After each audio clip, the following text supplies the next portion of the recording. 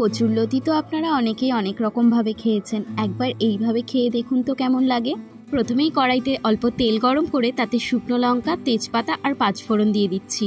এরপর এতে কেটে রাখা আলু, টমেটো আর পটলটা দিয়ে দিলাম।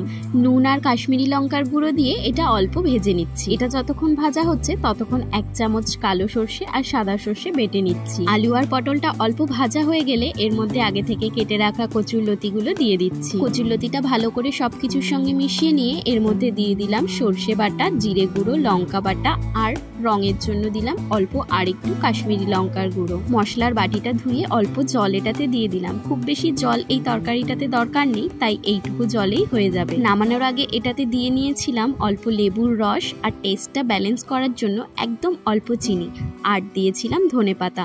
সবকিছু ভালো করে মিশিয়ে নিয়ে নামিয়ে নিয়েছিলাম তরকারিটা। আজকের মতো ভিডিও তাহলে এখানেই শেষ করছি। দেখা হবে নতুন একটি ভিডিওতে।